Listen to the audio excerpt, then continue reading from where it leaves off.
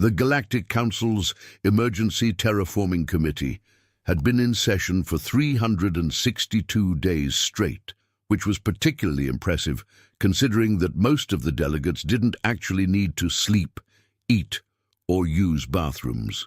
They had simply run out of excuses to leave. The problem was simple, the solution was not. Across the galaxy, surveyors had discovered 38 perfectly habitable worlds. Beautiful planets with the right atmosphere, the right gravity, the right distance from their suns. Paradise worlds, really. Except for tiny, insignificant details like the fact that one had acid rain that could dissolve titanium in under 6 minutes. Another had plants that screamed at frequencies that liquefied organic tissue. And a third had what could only be described as aggressive geology. The rocks moved, and they were hungry. The delegate from Proxima Centauri, a being named Vexilla, who resembled a very disappointed mushroom, was presenting their 5,000-page proposal for automated drone terraforming. The other delegates were doing what delegates do best in such situations, pretending to listen while actually calculating how many cycles until retirement. And in conclusion, Vexillor droned, their cap wilting slightly. Implementation would require only 800 years, 4 trillion credits, and the complete restructuring of galactic mining operations. A modest proposal, I think you'll agree. No one agreed. No one disagreed either. They had entered that special bureaucratic state where agreement and disagreement ceased to have meaning, replaced by the gentle hum of administrative purgatory. That's when the humans asked to address the council. Now, humans had only been part of the Galactic Council for about 60 years, which in galactic terms was roughly equivalent to showing up at a family reunion where everyone else had been attending for millennia. They were still figuring out which utensil to use for which course of the metaphorical dinner. Most species viewed them with the kind of bemused tolerance one reserves for a puppy that keeps trying to sit at the adult table. The human representative, a woman named Dr. Kavitha Okonkwo, stood up. She was wearing what humans considered formal diplomatic attire, which to the rest of the galaxy looked like an elaborate fabric prison, and she was smiling. This immediately made everyone nervous. Humans smiled for approximately 93 different reasons, and the galaxy had only figured out about 12 of them. "We have a proposal," Dr. Okonkwo said cheerfully. Vexillor's cap perked up slightly. Perhaps the humans had some advanced technology, some revolutionary approach. The species was known for their peculiar knack for sideways thinking. "We'll send our teenagers." The silence that followed was the kind of silence that makes regular silence feel chatty. It was the silence of several hundred alien minds simultaneously attempting to process information that simply did not compute. A delegate from the Cephian collective, speaking through their translation unit in a voice like grinding glaciers, finally broke the quiet. "I'm sorry, did you say teenagers?" "Yep." Dr. Okonkwo pulled up a holographic display.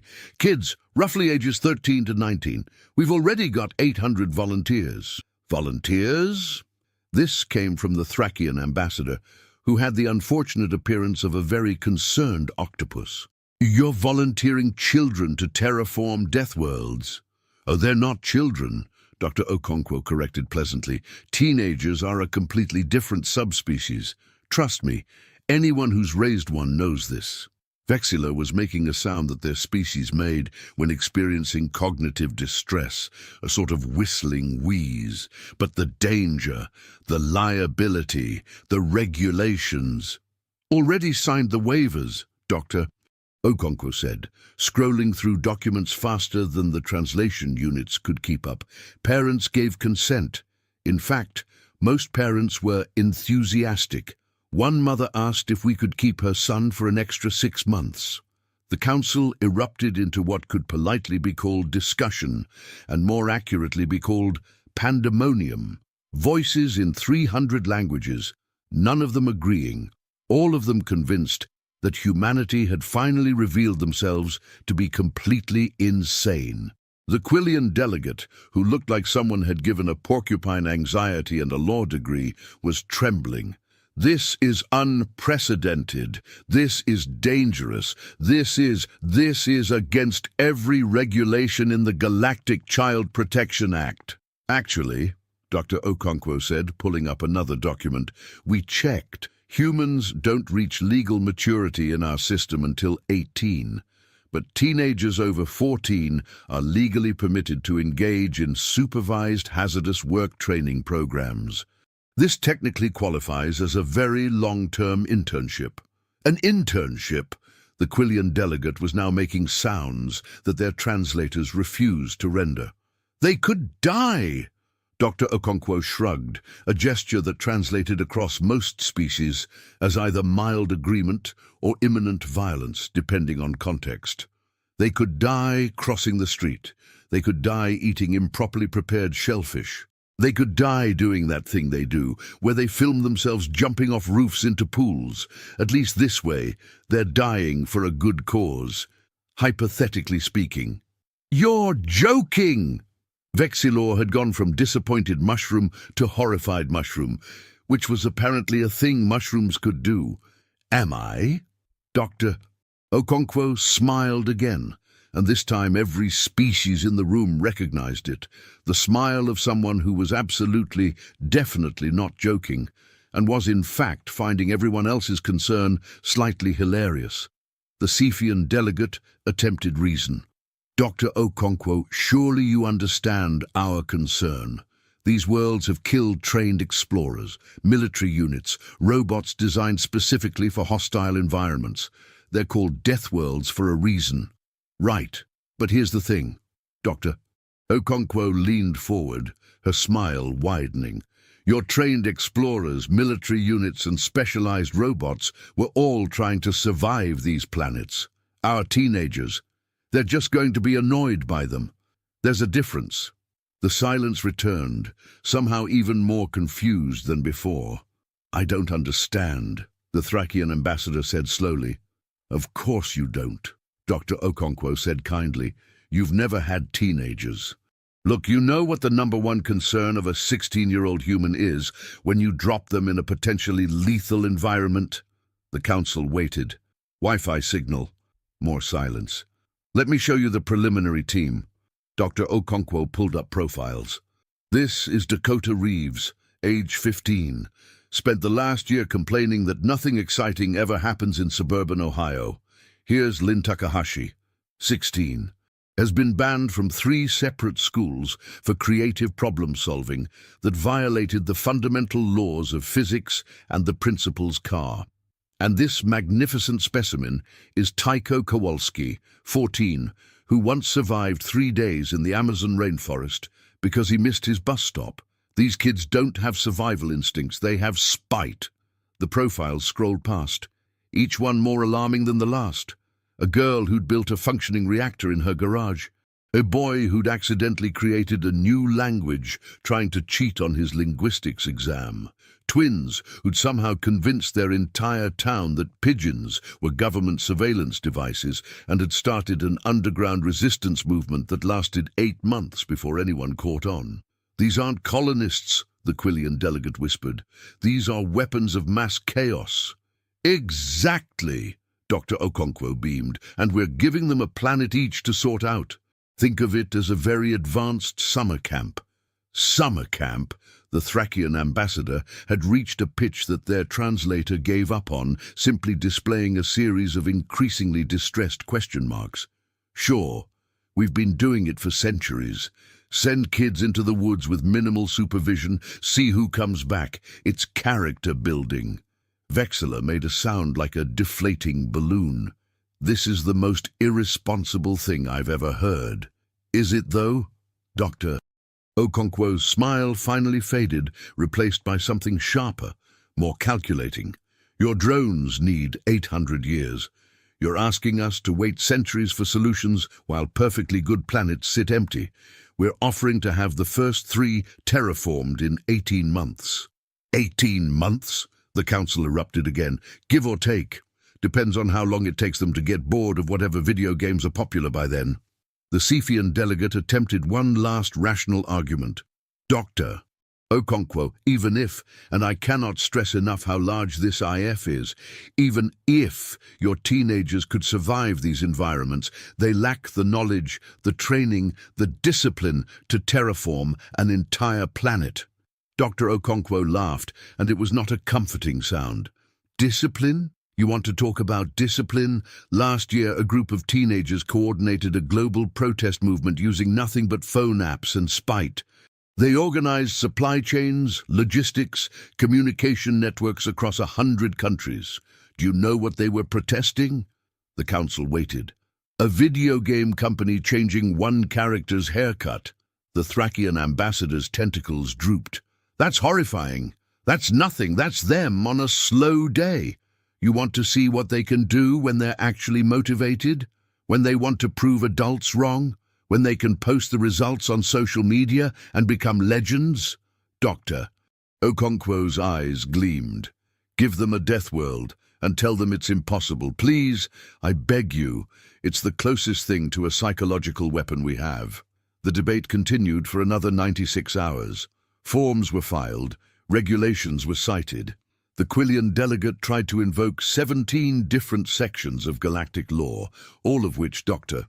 Okonkwo calmly demonstrated didn't technically apply to extracurricular educational activities in hostile but technically colonizable environments. In the end, the council approved it, not because they believed it would work, not because they thought it was a good idea, but because watching the human delegation present 18 months of paperwork, liability waivers, and what humans called permission slips was more exhausting than just letting them try. Also, several delegates privately admitted that if the humans wanted to volunteer their own offspring for what was essentially a suicide mission, well, that was natural selection at work. The vote passed, 234 in favor, 93 against, and 15 abstaining because they'd fallen into a bureaucracy-induced coma. Dr. Okonkwo shook hands, tentacles, pseudopods, and several appendages that defied classification. As she left the chamber, she passed a message to her assistant. Tell the kids they're approved. Should I mention the council called it a suicide mission? Dr. Okonkwo considered this. Nah. Tell them the council said it was impossible for anyone their age. Her assistant grinned. That's evil. That's parenting. 3 months later, the first transport ship approached planet designation Theta 9 Kappa, which the humans had immediately nicknamed Hell's Waiting Room, for reasons that would become apparent shortly. The ship carried 30 teenagers, enough supplies for 6 months, and enough audiovisual recording equipment to film a feature-length documentary. Because, of course, the humans were documenting this. They documented everything. The galaxy had learned this the hard way when humans had posted a 30-hour video essay analyzing the economic implications of faster-than-light travel on the intergalactic shipping industry. It had 12 million views. The assigned supervisor was a Thracian named Glix, who had volunteered for this mission because they had recently experienced what their species called a life phase crisis, and humans called a midlife crisis. They figured watching over human juveniles on a death world couldn't be worse than their recent divorce. They were about to discover how wrong it was possible to be. The teenagers filed into the briefing room, and Glix experienced their first moment of true doubt. These weren't soldiers, they weren't scientists, they were kids, skinny kids, awkward kids, kids with bad haircuts and worse posture. One was wearing a shirt that said, "I paused my game to be here," in bright yellow letters. That was Dakota Reeves, the boy from Ohio. He was slouched in his chair like sitting upright was a personal insult, scrolling through a handheld device even though they were currently traveling faster than light and couldn't possibly have a data connection. "Mr. Reeves," Glick said, their tentacles curling in what they hoped was an authoritative manner. "Please pay attention. This briefing could save your life." Dakota looked up. "Is there Wi-Fi on the planet?" "What? No, there's no Wi-Fi. There's barely oxygen." The atmospheric composition is borderline toxic, the native flora secretes acid, and the geological surveys show seismic instability that could trigger quakes measuring 8.5 on your Richter scale at any moment. So that's a no on the Wi-Fi. Glix felt something in their brain that might have been an aneurysm beginning to form. Next to Dakota sat Lin Takahashi, who was taking notes. Actual notes. On paper, with a pen. Glix felt a small surge of hope. Perhaps one of them was taking this seriously. "What you writing there, Lin?" asked the girl next to her, a lanky teenager named Zara Odomosu, who had apparently been selected because she'd won her school's science fair by building a device that could predict weather patterns, using nothing but local radio interference and a potato battery. Lin held up her notebook. "Calculating how long the acid-secreting plants would take to eat through the hull of our habitat domes." "Oh, cool. What did you get?" 31 hours if we use the standard alloy. But if we use the cheaper composite material and coat it with that weird slime the plants probably produce to protect themselves, maybe indefinitely. You're planning to use the thing that kills you as protection?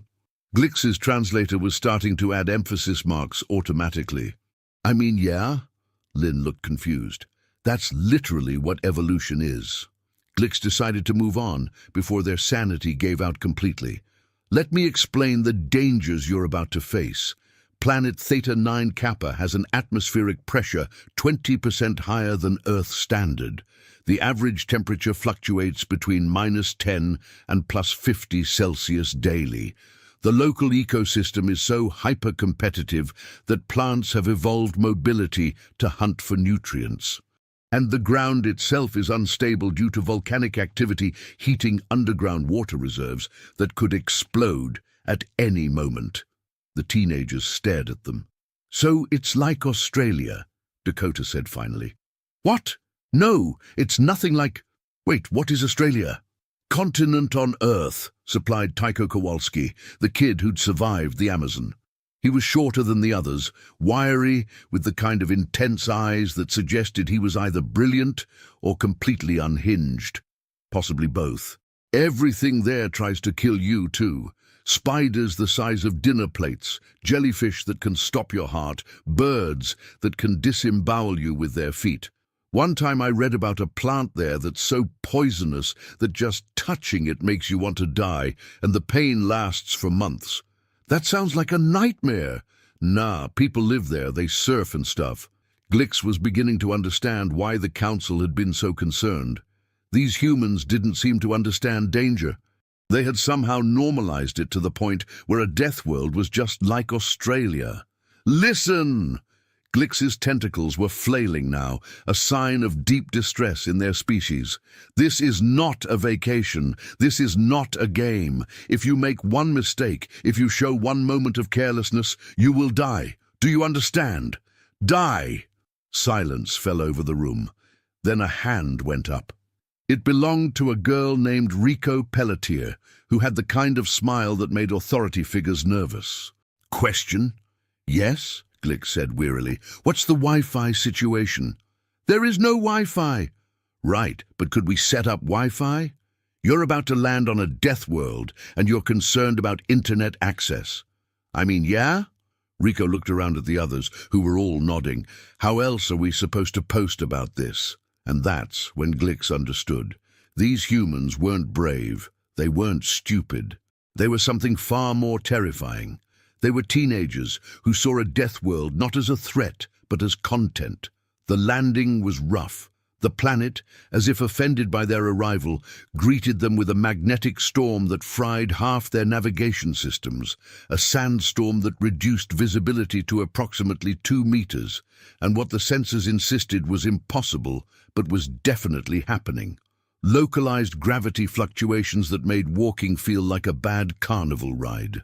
The teenagers stepped off the ship into hell itself and immediately started complaining. "Ugh, the humidity is terrible. My hair is going to be a disaster. It smells like rotten eggs had a baby with burnt metal. This sand is going to get everywhere, like everywhere, everywhere." Glix watched in mounting horror as the group that was supposed to terraform this nightmare planet spent the first 20 minutes primarily concerned about moisture levels affecting their appearance and the general odor of imminent doom. Dakota pulled out his device again, staring at the no-signal indicator like it had personally betrayed him. "This is literally the worst." "Mr. Reeves," Glix said carefully, "the atmospheric processor needs to be deployed. The habitat domes need to be assembled. We have approximately 6 hours before nightfall, when the temperature will drop below freezing and the nocturnal predators emerge." Nocturnal predators? That got their attention. "Yes.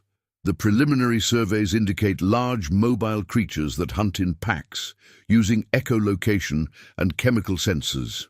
They're attracted to body heat and carbon dioxide emissions. So they're like bats.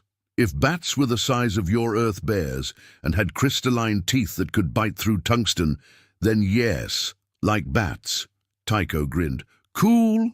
Not cool. Lethal." But the teenagers were already moving, and Glix had to admit, once they got going, they moved with surprising efficiency. The habitat domes went up in under 2 hours, which was faster than the projected timeline.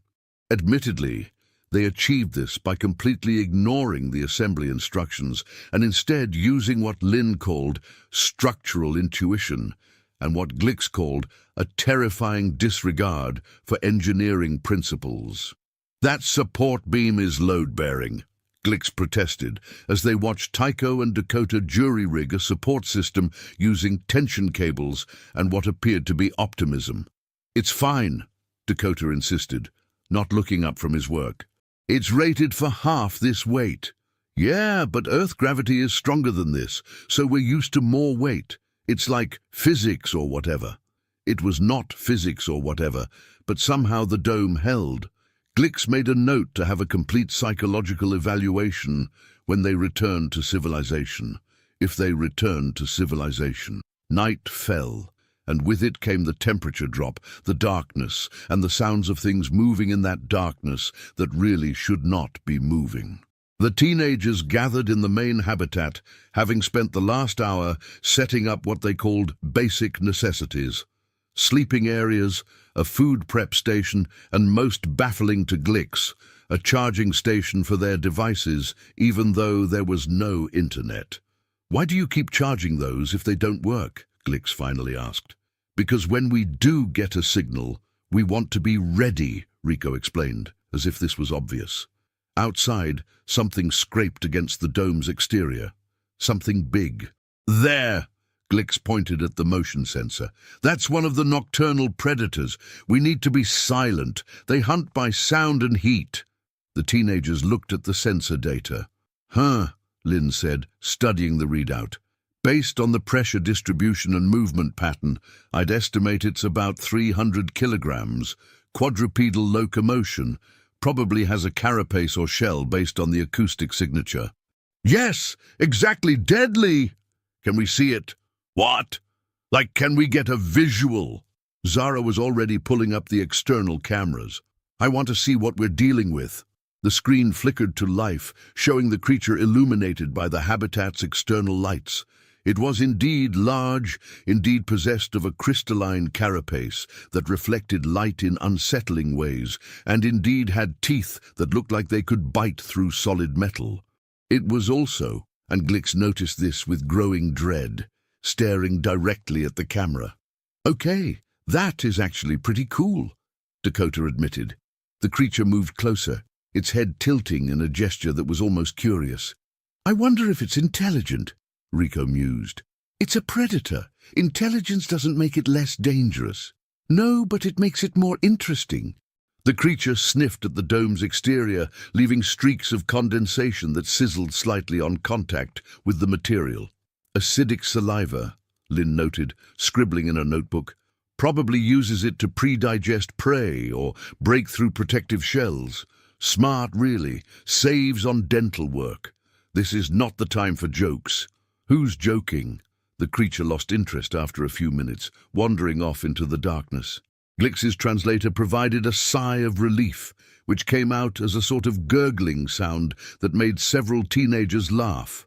"We survived the first night," Glix said, trying to inject some gravitas into the moment. "Technically, we survived the first 4 hours of night," Tycho corrected. "We've got another 8 to go." Those 8 hours were, in Glix's opinion, proof that the universe had a twisted sense of humor. Around midnight local time, the seismic sensors started showing activity. Small tremors at first, then increasingly violent shaking that made the habitat dome sway in ways that domes definitely should not sway. "Earthquake!" Glix shouted, which in retrospect was unnecessary because everyone could feel the earthquake. The teenagers reacted with what Glix was coming to recognize as their default setting, mildly annoyed interest. "Okay, this is actually kinda wild," Dakota said, bracing himself against a wall as the ground bucked beneath them. We should time it." Zara pulled out her device, apparently having some kind of timing app that worked offline. "See if there's a pattern." "A pattern? We need to evacuate." "To where?" Lynn pointed out reasonably. "We're on a planet. It's not like we can just leave the earthquake." The shaking intensified, equipment rattled, lights flickered. And then, because the universe wasn't done with its jokes yet, one of the volcanic vents approximately 300 meters from their habitat decided that this was the perfect moment to become active.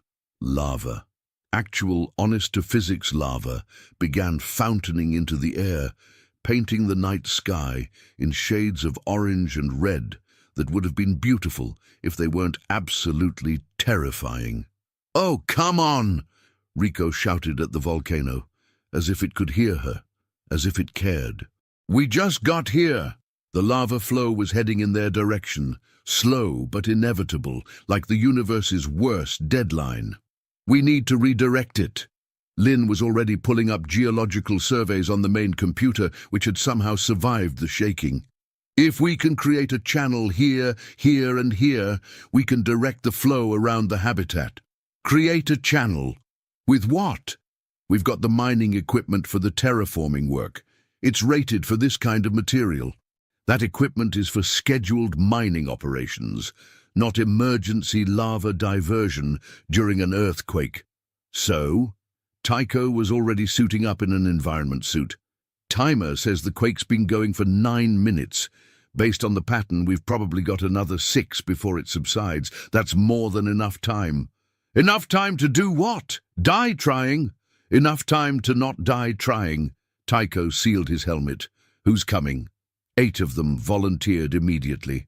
Glix watched through the habitat's cameras as 9 human teenagers on a planet that had killed trained soldiers during an earthquake with lava approaching, calmly deployed mining equipment and began carving channels in the ground. They worked fast. Faster than should have been possible, coordinating through helmet radios, moving like they'd done this 1,000 times instead of never. "Left side, deeper!" Lynn's voice crackled over the comm. "We need at least 2 meters depth, or the lava will overflow." "On it!"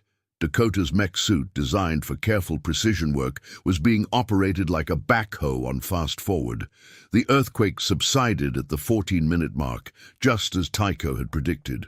The lava hit their hastily constructed channels at the 16-minute mark. It worked. The molten rock followed the path of least resistance, exactly as Lynn had calculated, flowing around the habitat in 2 neat streams that rejoined on the far side and continued downslope away from them. The teenagers returned to the habitat, pulled off their helmets, and immediately started arguing about whose idea had been best. "The western channel was my design." "Yeah, but I'm the one who calculated the optimal depth. I operated the mech." Glix slumped against a wall, their tentacles hanging limp. They had just witnessed the impossible, and the humans were bickering about credit. "Do you people understand," Glix said quietly, "that you just did something that a team of professional geological engineers said would take 3 days with proper equipment?" The teenagers looked at each other. "I mean," Rico said slowly, "we were kinda motivated by the whole not dying thing." Also, Dakota added, it's not like we could just sit here and watch. That would be boring. Boring. They had found impending doom by lava boring without direct participation. Glix updated their personal log. Human teenagers operate on a threat assessment scale that I do not understand and frankly find disturbing. What they consider boring would give most species PTSD, requesting hazard pay increase. Large increase, very large. The next morning dawned with the kind of oppressive brightness that suggested the planet was personally offended they'd survived the night. The sky was a weird yellow-green that Glix's visual processors insisted was wrong, in ways they couldn't quite articulate. The teenagers emerged from the habitat to survey the damage. The lava had cooled into new rock formations, the earthquake had created several new crevasses in the ground, and one of their supply containers had somehow ended up on top of a rock formation 15 meters high. "Huh," said Tycho. "Physics got weird last night." "That's not physics, that's impossible." "Nah, look at the scorch marks." The container was near the lava flow, got superheated, the air inside expanded rapidly, creating lift, and the seismic activity launched it. It's like a really chaotic hot air balloon. The fact that this explanation made sense was somehow more disturbing than the impossible thing itself. "Right," Lynn said, pulling out her notebook again. "So here's what I'm thinking for today. We need to start the atmospheric processing, set up the water collection system, and someone should probably check on those acid-spitting plants because I want samples." "You want to go near the things that spit acid?" "Well, yeah, if we understand how they produce it, we might be able to synthesize it for industrial use. Plus, I think they're related to Earth's sun dews, which would be a fascinating evolutionary parallel." "I'll go with," volunteered a quiet girl named Yuki Nakamura, who had barely spoken since arrival. She was apparently their botanist, having spent the last 3 years developing a strain of wheat that could grow in heavily salted soil because she was tired of people saying it was impossible. "Nobody is going near the acid plants." "Then how are we supposed to terraform?" Rico asked reasonably. "We need to understand the local ecosystem to work with it." "Work with it? You're supposed to change it." "Yeah, but changing something without understanding it is how you get catastrophic system failures," Lynn said, somehow making casual conversation about planetary ecology while eating what appeared to be a protein bar. "We did a whole unit on it in environmental science. Remember the Australian rabbits?" Several teenagers nodded sagely. Glix did not know about the Australian rabbits. Glix was beginning to suspect they did not want to know about the Australian rabbits. The day proceeded with a combination of efficiency and chaos that Glix found deeply stressful. Teams split up, each tackling different aspects of the terraforming project, with a casualness that suggested they were setting up a garage sale rather than establishing infrastructure on a hostile alien world. Dakota and a boy named Javier dos Santos, who claimed to be pretty good with wiring, took on the atmospheric processors. These were massive machines designed to slowly alter the planet's air composition over the course of several years. And they were definitely not designed to be installed by teenagers with pretty good technical skills. Glix watched in horror as they bypassed 3 separate safety systems, jury-rigged a power coupling using parts from 2 different manufacturers that were definitely not meant to be connected, and somehow got the entire system running in 4 hours instead of the projected 2 days. "How did you do that?" Glix demanded. "Javi's dad is an electrician," Dakota explained, as if this somehow justified the safety violations. "And my uncle repairs satellites," Javier added. "So, I've seen a lot of weird power systems. This isn't that different. This is a Galactic standard atmospheric processor. It took teams of engineers years to design." "Yeah, but at its core it's just a really big air filter, and I've fixed plenty of those." The machine hummed to life, its readings showing perfect operational parameters. Glix added another note to their log. "Humans appear to view all complex technology as just bigger versions of simple technology. This should not work." "It works anyway. I hate it." Meanwhile, Yuki and Lin had indeed gone to investigate the acid-spitting plants. They returned 3 hours later, completely unharmed, carrying samples in sealed containers and chatting about cell wall composition like they'd been for a pleasant walk, instead of dancing with botanical death. "They're actually not that aggressive if you approach them right," Yuki explained to a deeply skeptical Glix. "They only spit when they feel threatened. So we just moved slowly and kept our body temperature low with the suit cooling systems. They hunt by heat signature? Yep, just like rattlesnakes. Well, sort of.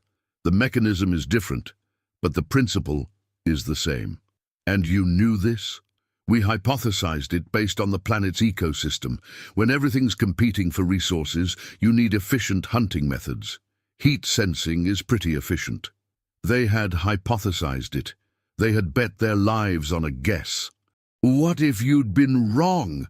Lin shrugged. "Then we would have found out pretty quick and adjusted our approach. You would have been dead. Or that, yeah." The casual acknowledgement of potential death was somehow worse than denial. By evening, the camp had been transformed.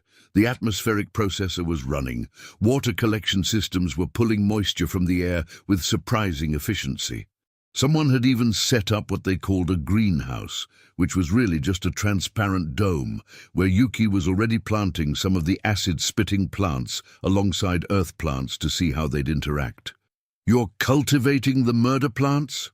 "They're not murder plants. They're just very defensive plants, and if we can domesticate them, they could be really useful for perimeter security." Glix was beginning to understand why the Galactic Council had been so concerned. These humans didn't see danger as something to avoid. They saw it as something to weaponize.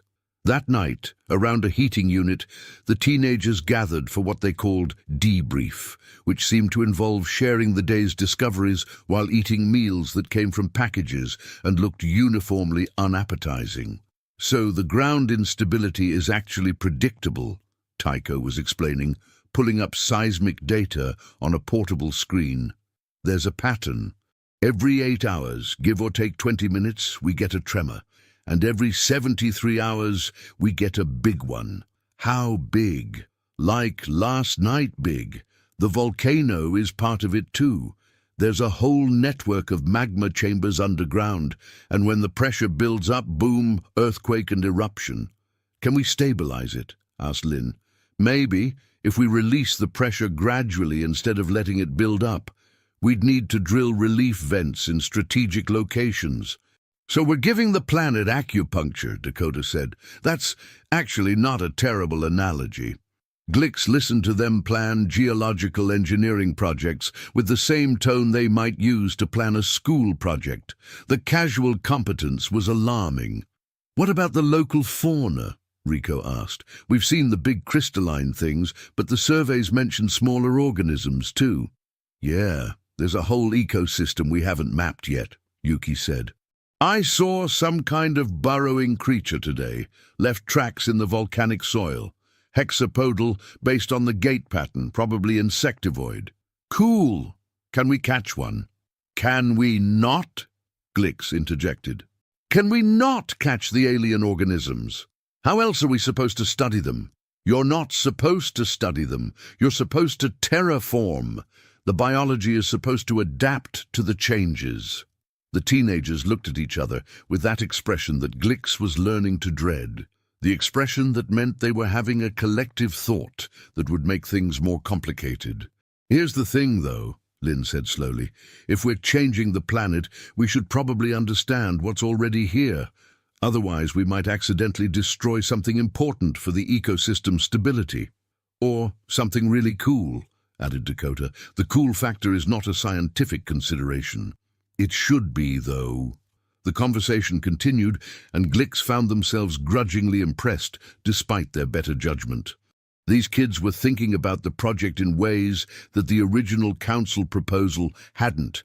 Not just make planet habitable, but understand planet, work with planet's existing systems, create something sustainable. It was almost like they actually cared about doing this right, rather than just doing it fast. "Okay, so tomorrow," Rico said, apparently having appointed herself unofficial coordinator. Tycho's team works on the seismic stress relief. Lin and Yuki continue the biological surveys.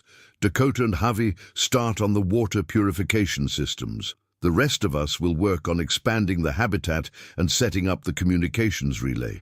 Finally, Glix's translator added extra emphasis. You're going to establish proper communications with the council. What? No. We're setting up a local network so we can stay in contact with each other across the work sites. But what about reporting to the council? We'll send them a report when we've got something worth reporting. You've been here for 1 day. You've survived an earthquake, a volcanic eruption, and multiple encounters with hostile organisms. That's worth reporting. The teenagers considered this. Nah, Dakota said finally.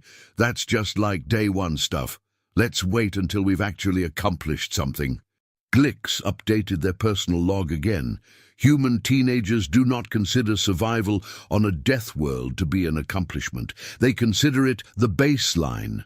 I'm beginning to understand why Earth dominated its ecosystem. Week 2 brought new challenges, which the teenagers met with their characteristic combination of competence and concerning disregard for conventional safety protocols. The relief vents for the volcanic system required drilling 300 meters into unstable ground. The equipment for this was rated for trained geologists with years of experience. Tycho read the manual for approximately 20 minutes, declared it pretty straightforward, and had the first vent operational by evening. The explosion that followed was, according to him, mostly expected. Mostly! Glix had rushed to the site, their tentacles flailing in distress at the column of steam and gas erupting from the drill site. Yeah, I mean, we knew there'd be pressure release. That's the point. I just underestimated how much pressure. The geyser of superheated steam reached approximately 50 meters high, which was objectively beautiful and subjectively terrifying. You could have been killed, but I wasn't, so it's fine. Plus, look, the seismic readings already show reduced stress in this sector. It's working. It was working. The sensors confirmed it. The volcanic activity had decreased by measurable amounts. Tycho had successfully performed geological engineering with minimal training and maximum confidence, and it had worked.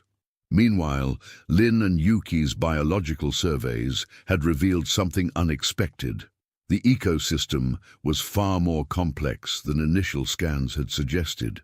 The acid-spitting plants were actually part of a symbiotic network with fungal organisms underground, which in turn supported colonies of the hexapodal insects, which were preyed upon by the larger crystalline creatures. It's a complete food web, Lin explained, showing Glix her hand-drawn diagrams. And the really cool part is that the acid from the plants breaks down volcanic rock, which enriches the soil, which supports the fungal network. It's like a natural terraforming system that's already in place. So what you're saying is the planet is already terraforming itself. Well, yeah, but really slowly, like millions of years slowly. We can accelerate it by working with the existing system instead of against it. Exactly. This was not in the original terraforming plan. The original plan involved significant ecosystem disruption and replacement with Earth-compatible organisms. But the teenagers had looked at that plan and collectively decided it was, in Dakota's words, kinda boring and not very creative. Instead, they were developing a hybrid approach. Modify the atmosphere, yes, but keep the native organisms and integrate Earth species where they could fill ecological niches without competition. You're creating a completely new type of ecosystem, Glix said, not sure if they were impressed or horrified. I mean, yeah, Yuki said, terraforming doesn't have to mean making an Earth clone. It just has to mean making it livable. And this planet has its own cool stuff that's worth keeping. The Council, when they finally received a report at the end of week 2, had several questions, many questions, increasingly concerned questions. The response came as a recorded message from Vexilor themselves, their mushroom cap vibrating with what the translator rendered as deeply concerned confusion. We have reviewed your preliminary report. Your methods are unconventional. You have deviated significantly from the approved terraforming protocol. However, we cannot argue with results. Your atmospheric composition improvements are ahead of schedule. Your seismic stabilization is showing promising results. Your biological integration approach is completely unprecedented, but appears to be functional. We are simultaneously impressed and terrified. Please continue. Also, please try not to die. The paperwork would be extensive. The teenagers celebrated this tepid approval with what they called a pizza party, which involved food that came from the same unappetizing packages, but was apparently specially designated as pizza for morale purposes. "We got approval!" Rico raised her drink pouch in a toast. "They said not to die," Dakota pointed out. "They always say that. It's like when your mom says, 'Be careful.' It's just what adults say." Glix wondered if human parents knew that their warnings were universally categorized as background noise by their offspring. Week 3 brought the first serious injury. Javier was working on the water purification system when a pressure valve failed, sending superheated water spraying across his work area. His environment suit protected him from the worst of it, but he sustained burns on his left arm where the seal had been damaged. The injury was serious but not critical. The habitat's medical systems were designed for exactly this kind of emergency, but what struck Glix was the reaction. The other teenagers didn't panic. They didn't freeze. They moved like they'd trained for this, which was impossible because they hadn't. Lynn was at Javier's side in seconds, medical kit in hand. "Okay, talk to me. Pain scale 1 to 10? Like a 6, 7? It's weird, kind of numb now." "That's the adrenaline. Yuki, get the burn protocols up on the screen. Dakota, I need you to check the rest of his suit for breaches." They worked together with the kind of smooth coordination that usually took teams years to develop. Within 10 minutes, Javier was stabilized, treated, and resting in the medical bay with painkillers and strict orders to not touch any more pressurized systems for at least 3 days. "How did you know what to do?" Glix asked Lynn quietly. "First aid training. All of us have it." "That was more than first aid." "Okay, wilderness first responder certification. Some of us did a course before coming here." "Some of you? I mean, not all of us had time, but like 5 of us are certified, so we figured that was enough." 5 out of 30 had advanced medical training, and they considered that sufficient for a mission to a death world. Glix added another note. "Humans prepare for danger by ensuring minimal redundancy and maximum confidence. This should not be enough." It appears to be enough anyway. Javier was back to work within 5 days, his arm still bandaged but his spirits apparently undamaged. He made jokes about his battle scar and insisted on immediately returning to the water purification project, albeit with additional safety checks that Lynn forced him to implement. The incident did change something, though. The teenagers became more careful. Not much more careful, but noticeably so. They started double-checking systems, implementing buddy protocols for dangerous work, actually reading some of the safety manuals instead of just the relevant sections. "We can take risks," Rico explained to Glix, "but we can't be stupid about it. Javi getting hurt reminded us that this stuff is actually dangerous." "I've been telling you it's dangerous since day 1. "Yeah, but that was just abstract danger. This was real." The distinction between abstract danger and real danger apparently required actual injury to establish. Glix updated their assessment of human threat evaluation. They learn exclusively through direct experience, even when theoretical knowledge should suffice. Evolution should have killed this trait off. Somehow it persists. By week 5, the habitat had expanded to 3 times its original size. The teenagers had built additional domes, connected them with flexible tunnels, and created what they were calling specialized zones for different functions. There was a laboratory dome, a workshop dome, a greenhouse that was more sophisticated than most agricultural research facilities, and what they called the rec center, which seemed to serve no purpose except giving them a place to complain about not having Wi-Fi. The atmospheric processor was running at 130% efficiency, which should have been impossible. Dakota and Javi had optimized it by doing things to the power distribution system that violated approximately 16 different safety protocols and also somehow made it work better. The seismic activity had decreased by 73%. Tycho's network of relief vents was functioning perfectly, releasing pressure in controlled bursts instead of catastrophic eruptions. He'd also discovered that the superheated steam could be captured and used for additional power generation, turning a danger into a resource. The biological integration was producing results that confused every xenobiologist who reviewed the data. Earth plants and native organisms were not just coexisting, but thriving in proximity. Yuki had somehow convinced a species of nitrogen-fixing bacteria from Earth to colonize the native fungal network, creating a nutrient distribution system that was improving soil quality at rates that should have taken decades. "How did you do this?" Glix asked, reviewing the impossible data. "I just asked them nicely." "You asked bacteria?"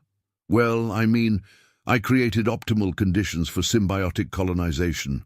But yeah, essentially I made them an offer they couldn't refuse. That's not how biology works. It is now." The Council's weekly reports were becoming increasingly excited and decreasingly coherent.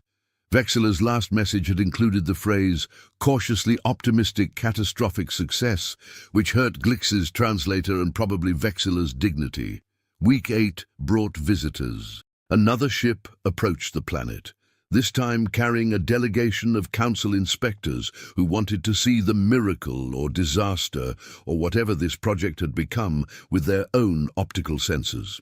The delegation was led by a Quillian named Thyrix, who Glix vaguely remembered from the original council meeting as being particularly opposed to the human teenager plan. Thyrix's quills were already vibrating with nervous energy before they even left the ship. "Where are the supervisors? Where is the adult oversight?" "I'm here," Glix said tiredly. "One adult for 30 juveniles? They don't really need supervision. They need someone to document their violation of physics and occasionally remind them that death is permanent. This is a disaster waiting to happen. It's week 8. If it was going to be a disaster, it would have been one by now." Thyrix did not look convinced, but they followed Glix down to the habitat, accompanied by 5 other inspectors representing various council factions. The teenagers had been informed of the inspection and had, in Rico's words, cleaned up a bit, which apparently meant hiding the most egregious safety violations and putting away the experiments that would definitely cause alarm. The delegation toured the facility in stunned silence. The atmospheric readings that showed impossible improvement, the seismic stabilization system that shouldn't work but did, the biological integration that was literally rewriting the textbooks on ecosystem management. "This is," Thyrix said finally, their translator struggling with the emotion, "this is unprecedented." "Thanks," Dakota beamed. "We're pretty proud of it." "That wasn't a compliment." "Oh." Lynn stepped in, professional, despite being covered in soil from the greenhouse work. "Would you like to see the detailed reports? We've been documenting everything." The next 3 hours involved the teenagers presenting their work with the kind of casual competence that made the inspectors increasingly agitated. Every impossible thing they'd accomplished was explained with shrugs, and it just made sense, and references to Earth analogues that somehow justified terraforming techniques that would take decades to study.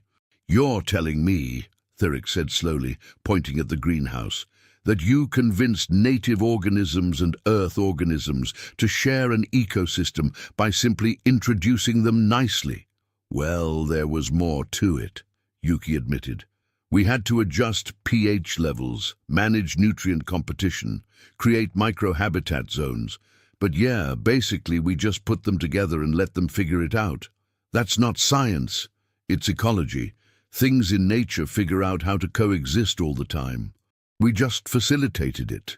The inspection concluded, with Thyrix having what Glix's translator delicately rendered as a minor existential crisis regarding established scientific methodology. The other inspectors were writing furiously, taking samples, asking questions that the teenagers answered with varying degrees of helpfulness. As the delegation prepared to leave, Thyrix approached Glix privately. "How are you managing them?" "I'm not," Glix admitted. "They manage themselves. I mostly just watch and try to understand what they're doing before they do the next impossible thing. This shouldn't work. I know. But it is working. I know." Thyrix's quills drooped. "We're going to have to rewrite the entire terraforming protocols, aren't we?" "Probably. The other Deathworlds, the Council is going to want to use this approach for all of them." "Probably," Glix repeated. "More human teenagers, more of this." Thyrix gestured vaguely at the habitat, the planet, the impossibility of it all. "Almost certainly. I need a vacation. Get in line." The inspection ship left with enough data to keep xenobiologists busy for years and enough concerns to keep council bureaucrats arguing for decades. The teenagers celebrated by having another pizza party, and Glix finally understood. These humans weren't celebrating success. They were celebrating survival in a way that acknowledged the constant presence of potential failure. Every meal together was a small victory against the universe's attempts to kill them. It was almost philosophical. It was definitely concerning. Week 12 marked the halfway point of the projected timeline, and the planet was unrecognizable from the death world they'd landed on. The atmosphere was measurably more breathable. The seismic activity was predictable and controlled. The ecosystem was flourishing in its new hybrid state, and the teenagers were bored. "This is basically routine now," Dakota complained, which was possibly the most alarming thing Glix had heard yet. "Routine? You're terraforming a planet." "Yeah, but we figured out the systems. Now it's just maintenance and waiting for the atmospheric changes to stabilize. It's gonna take months." "That's the plan. Slow, steady, safe progress." "But it's boring." This, Glix was learning, was the fundamental difference between humans and most other species. Other species wanted safety. Humans wanted interest. Boredom was a worse enemy than danger.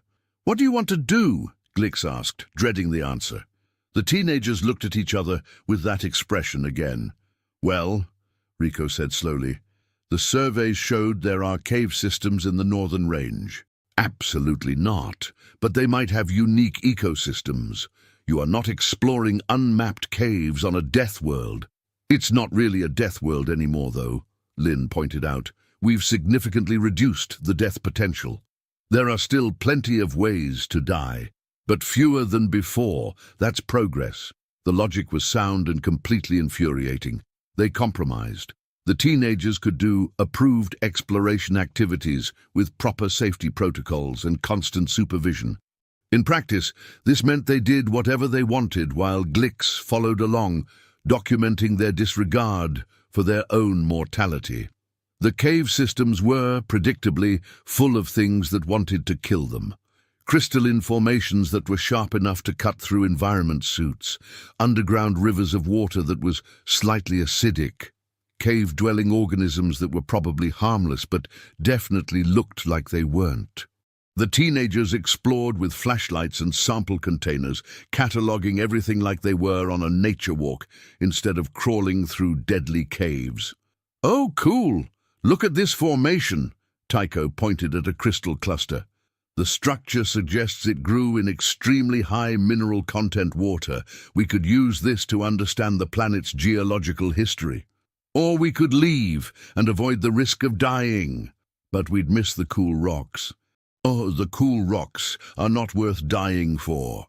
"That's a matter of opinion. They found several new species in those caves.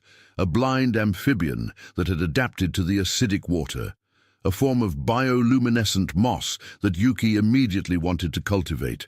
something that looked like a cross between a spider and a fern that everybody agreed was probably harmless but definitely unsettling. The expedition lasted 6 hours and produced enough scientific data to keep the Council's xenobiologists excited for months. It also took years off Glix's lifespan, metaphorically speaking. That night, Glix asked the question they'd been avoiding. Why? Why explore those caves? Why take those risks? You've already accomplished your mission. The teenagers thought about this. Because they were there, Dakota said finally. That's not a reason. It is for us, Lynn said. Humans have this thing where if there's something unknown, we have to know it. It's like an itch we can't not scratch. Even if scratching it might kill you? Especially then, kinda. Glix updated their log. Humans possess what can only be described as terminal curiosity. They are compelled to investigate danger not despite it being dangerous, but specifically because it is dangerous and unknown. This explains so much about their history. This explains everything about their history. Week 16 brought the final challenge, and it was one nobody had predicted. The planet's magnetic field began fluctuating, wildly, catastrophically, in ways that threatened to undo everything they'd accomplished by potentially stripping away the atmosphere they'd worked so hard to improve. "What did you do?" Glix demanded, because at this point, everything was somehow the teenagers' fault. "Nothing. This wasn't us."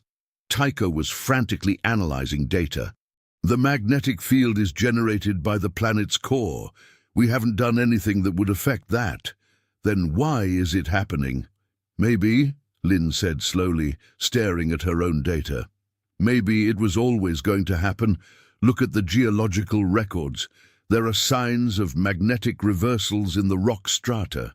This planet's field isn't stable. It flips, probably every few thousand years. And it's flipping now. Looks like it. We just happened to arrive during the beginning of a reversal event. How long does a reversal take? On Earth, anywhere from 1,000 to 10,000 years. So we're fine then. On Earth, yeah, but this planet's core is smaller, rotates faster, and has a different composition. Here," Lynn pulled up projections, "could be as fast as a few months." "Months?"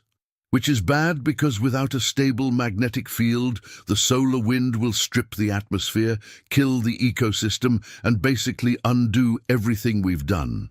Silence fell over the habitat as the implications sank in.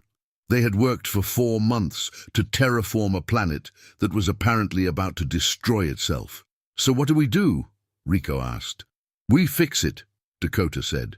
"You can't fix a planetary magnetic field." "Not with that attitude." Duh, Glix's translator added several exclamation marks automatically. The solution they came up with was insane.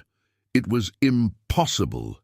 It was so far beyond their capabilities that even suggesting it should have been grounds for psychological evaluation.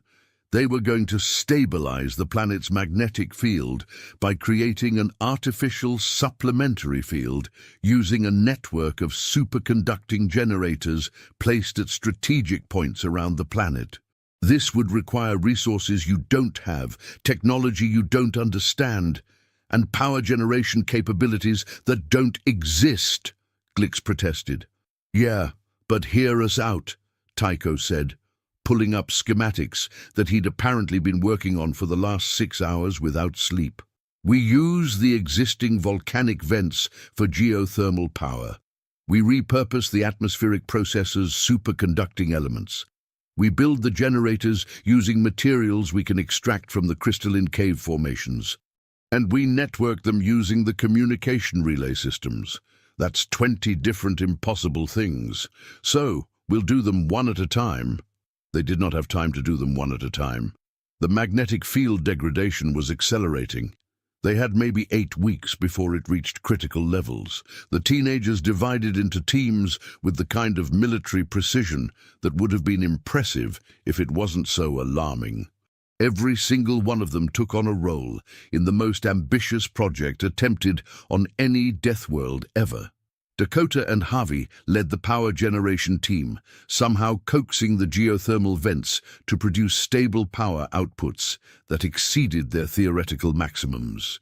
Lin and Yuki managed the materials extraction, harvesting crystalline structures and processing them into the components needed for superconductors. Tycho coordinated the overall project, his seismic expertise suddenly becoming magnetic field expertise through what appeared to be sheer force of will and very little sleep. Rico and her team built the actual generators, assembling technology that shouldn't work from components that weren't designed for this purpose. And Glix documented everything, sent increasingly frantic reports to the Council, and accepted that they were either witnessing the greatest achievement in terraforming history or the most spectacular failure, and there was no middle ground. The Council's response was unhelpful. "We're dispatching support ships immediately. ETA, 12 weeks. They would arrive 4 weeks too late. The work was brutal. 18-hour days became normal. Everyone lost weight from burning calories faster than they could consume them. Injuries happened, equipment failed, problems compounded on problems. On week 6 of the project, one of the generators exploded during testing. The explosion was small, but violent, sending shrapnel through a worksite and injuring 3 teenagers. None of the injuries were critical, but it was a harsh reminder that they were attempting something that professional engineers would spend years planning, and they were doing it in weeks.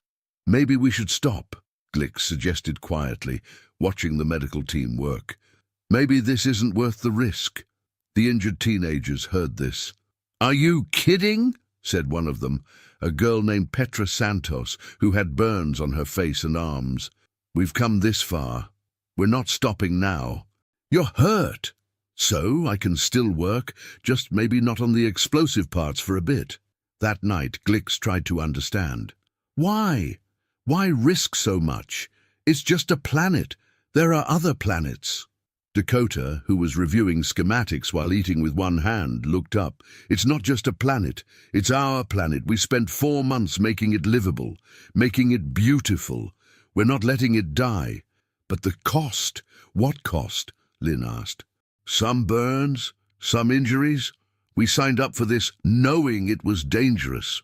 Your lives, you could die."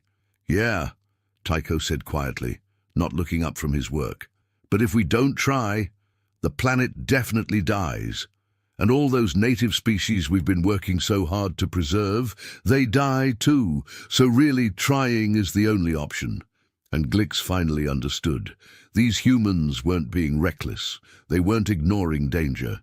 They were choosing what they were willing to risk and what they weren't willing to lose.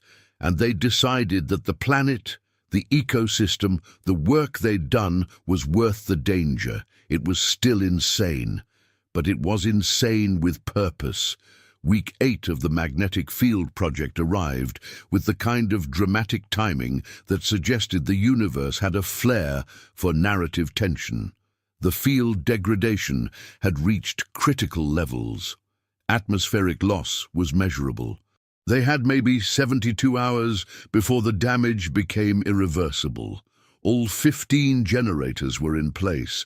The power systems were online. The network was synchronized. Everything was ready. Everything was also completely untested at this scale. "So," Rico said, looking at the master control panel, "who wants to push the button?" "I vote not me," several people said simultaneously. "Glix," Dakota offered. "You want the honor?" "I want no part of this insanity." "Fair enough." Dakota reached for the activation sequence. "Wait!" Glix's tentacles flailed. "Shouldn't we run more tests? Check the calculations again? Contact the Council?" "We've checked everything 6 times, Lin said. "The math is solid. And the Council is still 4 weeks away," Tycho added. "And we're literally out of time," Rico finished. Dakota looked around at the others. 30 teenagers who had spent 16 weeks terraforming a Deathworld, who had survived everything the universe had thrown at them, who had built something impossible because nobody had told them it was impossible until after they'd already started. "Okay then," Dakota said. Let's see if this works. He activated the sequence. For exactly 3.7 seconds, nothing happened. Then the generators came online, one after another, their superconducting coils creating magnetic fields that linked across the planet's surface. The fields synchronized, creating a network that supplemented the planet's failing natural field. The power draw was enormous. Every geothermal vent they'd tapped was running at maximum output. The atmospheric processors had been temporarily shut down to redirect their power. Every available energy source was feeding the generator network. The readings on the magnetic field began to stabilize, slowly at first, then with increasing certainty. It was working. The magnetic field strength climbed back into safe ranges. The atmospheric loss stopped. The generator network hummed with stable power, creating an artificial magnetosphere that protected the planet as effectively as a natural one. "We did it!" The celebration was instantaneous, teenagers hugging and cheering and making sounds of triumph that transcended language. Blix watched the readings, hardly believing what they were seeing. 16-week-old teenagers had just accomplished something that should have required decades of research, billions in funding, and teams of specialists. They'd done it with salvaged equipment, improvised solutions, and what could only be described as aggressive optimism. "How?" Glix asked nobody in particular. "How did you do this?" "Honestly," Tycho said, grinning widely, "we have no idea. But it worked, so we're not going to question it too hard." The Council's support ships arrived 4 weeks later to find a fully operational, successfully terraformed planet with a stable artificial magnetic field and 30 teenagers who treated the impossible like it was a particularly challenging homework assignment. The delegation that disembarked was led by Vexillor themselves, who had apparently volunteered for this mission specifically to witness the miracle or disaster firsthand. What they found was neither. What they found was normal, routine operations, maintenance schedules, teenagers arguing about whose turn it was to clean the greenhouse, and a planet that by all accounts should not be functioning, but absolutely was.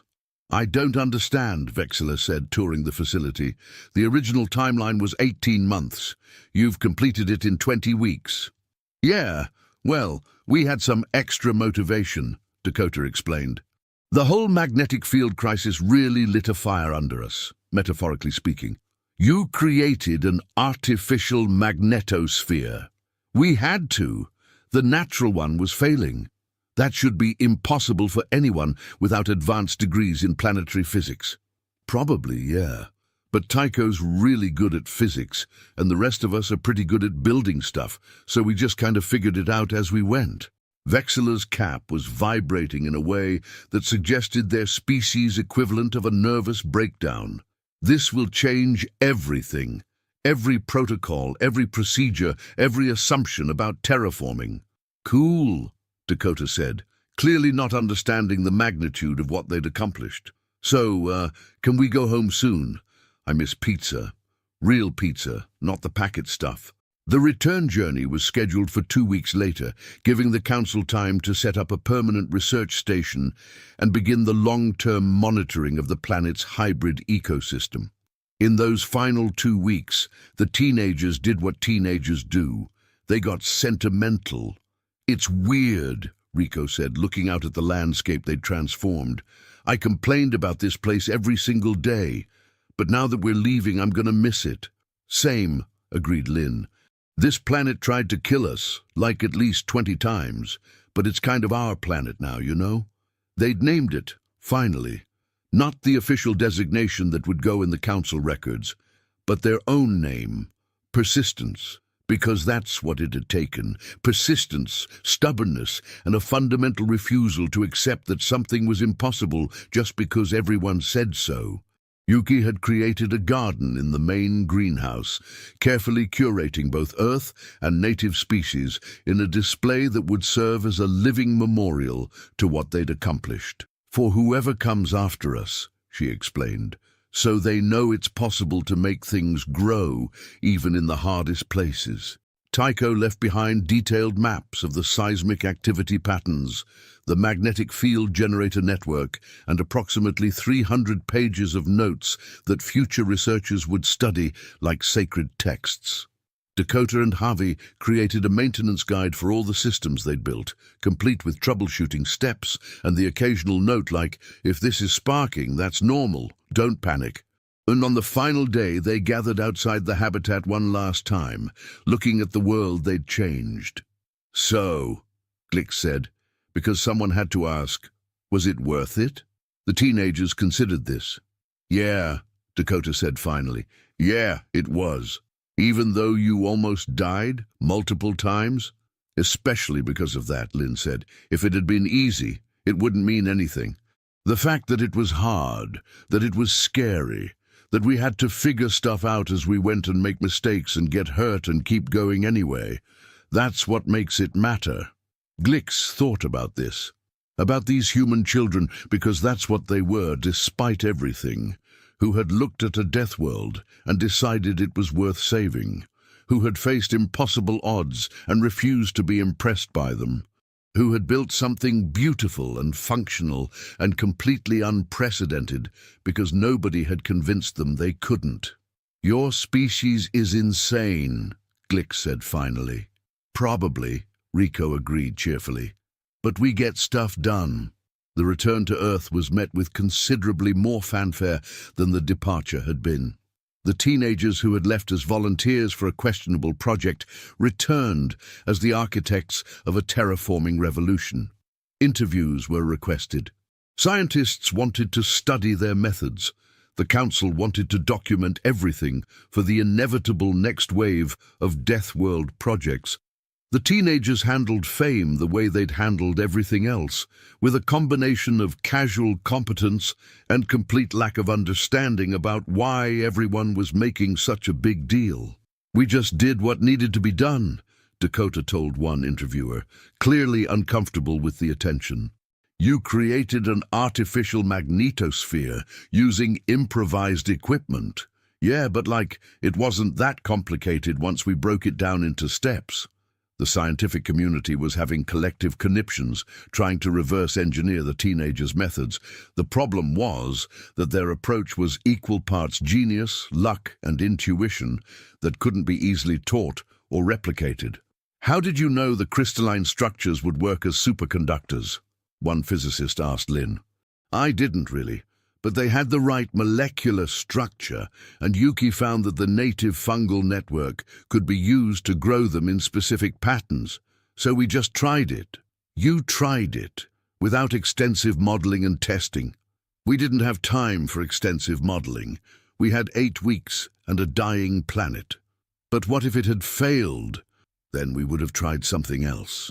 The casual acceptance of potential failure as just another step in the process was perhaps the most alien thing about humans. Most species plan to avoid failure. Humans plan to survive it and learn from it. Dr. Okonkwo watched the interviews with the kind of smile that suggested she'd known this would happen all along. When asked about the project's success, she was diplomatic. "We believed in our young people's ability to adapt, innovate, and persevere. They proved us right." No, what she didn't say, but what the galaxy was slowly realizing, was that humans had fundamentally changed the game. Terraforming was no longer a centuries-long process requiring massive resources and specialized technology. It was something that could be done in months with determination, creativity, and a concerning disregard for conventional limitations. The Council convened an emergency session to discuss the implications. The 38 Deathworlds were now suddenly impossibly within reach, and the humans had 700 more teenagers volunteering for the next wave of projects. "This is going to change galactic colonization patterns for the next 1,000 years, Vexila said, their cap now permanently in a state of amazed confusion. "Should we be concerned?" asked the Thracian ambassador. "Concerned? We should be terrified and also grateful. possibly both simultaneously. A D. The teenager program was approved for expansion, with significantly more oversight, considerably better equipment, and absolutely no reduction in danger, because that was apparently impossible when humans were involved. 3 months after the first team returned, 5 more teams deployed to 5 more Deathworlds. Each team was different, each planet was different. But the approach was the same. Give teenagers a problem, minimal supervision, and watch them solve it in ways that made professional scientists question everything they thought they knew. Planet designation Sigma 8 Gamma was too hot.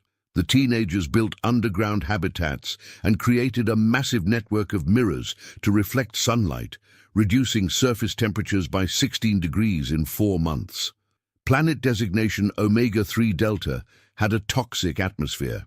The teenagers bioengineered extremophile bacteria to process the toxins, creating a living air filter that improved conditions faster than any mechanical system.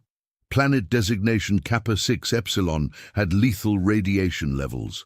The teenagers discovered that the native crystalline formations could be arranged to create natural radiation shielding, turning a danger into a defense. Every project succeeded. Not perfectly, not without casualties, near misses, and moments of pure terror. But they succeeded, and the galaxy began to understand something fundamental about humanity. They didn't see Deathworlds as impossible challenges. They saw them as very difficult homework assignments that would look great on a college application. Glix, having survived their tour of duty with Persistence Team 1, was offered a promotion, head supervisor for the entire teenager terraforming initiative. They considered this carefully. "I will accept," they finally said, "on one condition." Now name it. Hazard pay, lots of hazard pay, and therapy, regular therapy sessions. Done. As the program expanded, a pattern emerged.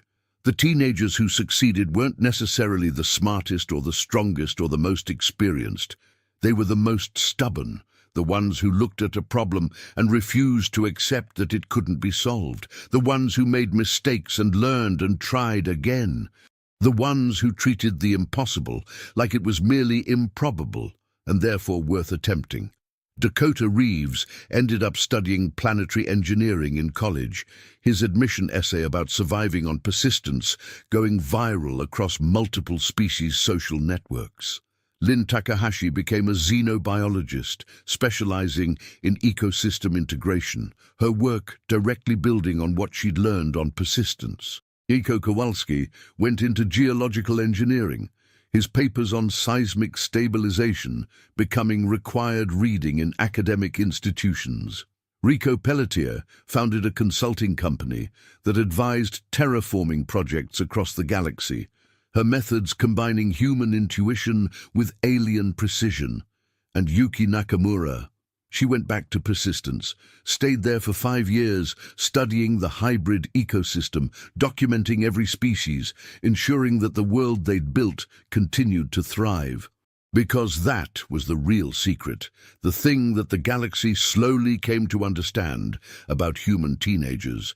They were stubborn, not out of ignorance, but out of care. They refused to accept impossibility because they actually gave a damn about making things better. 20 years later, the Galactic Council held a ceremony honoring the original 30, the first team that had proven it could be done. The 30 adults who attended, now with families and careers and lives beyond that one impossible project, gathered in front of an audience that included representatives from 300 species. Vexilla gave a speech, their translator doing its best with emotion that didn't quite translate. "You changed everything. You made us question every assumption, challenge every limitation, rethink every impossible. You proved that sometimes the answer to who will terraform the Deathworlds is not the most qualified or the most experienced. Sometimes it's the most determined. Sometimes it's the ones who don't know enough to be afraid. Sometimes it's teenagers with nothing to prove and everything to gain." The audience applauded, a sound that transcended species as appreciation was universal. Dakota, now Dr. Reeves, and considerably less awkward than his teenage self, accepted the award on behalf of the team. 20 years ago, the council asked who would terraform the Deathworlds. Humanity said we'd send our kids. Everyone thought we were crazy.